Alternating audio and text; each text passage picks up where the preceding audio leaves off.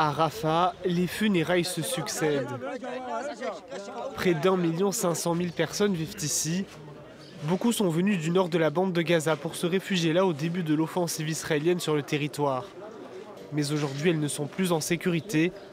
Les opérations militaires et les bombardements se concentrent ici au sud.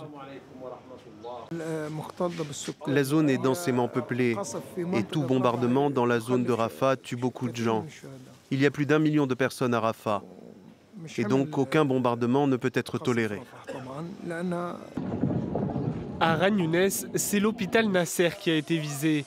L'armée israélienne dit avoir arrêté 20 terroristes du Hamas qui ont participé aux attaques du 7 octobre ici. Le ministère de la Santé du Hamas dénonce lui la mort de 4 personnes à cause des coupures d'électricité qui ont coupé l'oxygène des patients. C'est dans cet hôpital qu'a travaillé une infirmière française interviewée par France 24. Elle raconte, vidéo à l'appui, des conditions de soins très dures, avec un manque de moyens et de médicaments, empêchant les patients d'être tous correctement traités. Elle a 23 ans, cette jeune femme. Elle a reçu une balle dans la tête. Elle est récusée de toute chirurgie. Elle est en train de décéder aux urgences. Voilà, donc elle convulse. On fait des médicaments pour au moins stopper les convulsions. Mais il n'y a rien d'autre à faire. Pas de place et 23 ans. Voilà, voilà la réalité.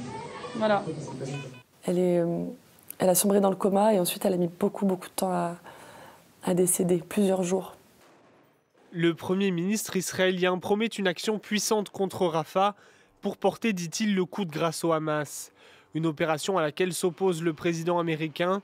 Joe Biden a réaffirmé à Benjamin Netanyahou qu'il ne cautionnait pas une telle intervention sans un plan crédible et réalisable assurant la sécurité des civils à Rafah.